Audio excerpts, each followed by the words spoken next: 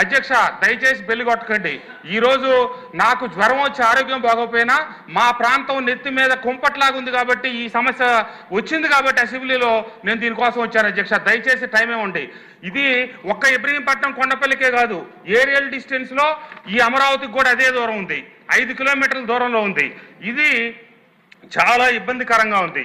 అంతేకాకుండా VTPS యాజమాన్యం అక్కడ స్థానికులకి ఉపాధి కల్పిస్తుంది అనుకొని ఆనాటి పెద్దలు చెనుమోలు వెంకట్రావు గారు, మల్లెల పద్మనాభరావు గారు తదితర పెద్దలందరూ రైతాంగాన్ని ఒప్పించి ఈ భూములు ఇప్పిస్తే ఉద్యోగ అవకాశాలు వస్తాయి, ఉపాధి అవకాశాలు వస్తాయంటే ఏవి రాకపోగా చివరకు మిగిలింది ఏంటంటే బూడిద కాలుష్యం. దీనివల్ల స్థానికులకి చర్మ రోగాలు, క్యాన్సర్లు, ఊపిరితిత్తుల సమస్యలు మా ప్రాంతంలో అత్యధికంగా ఇవన్నీ ప్రబల్లాయి.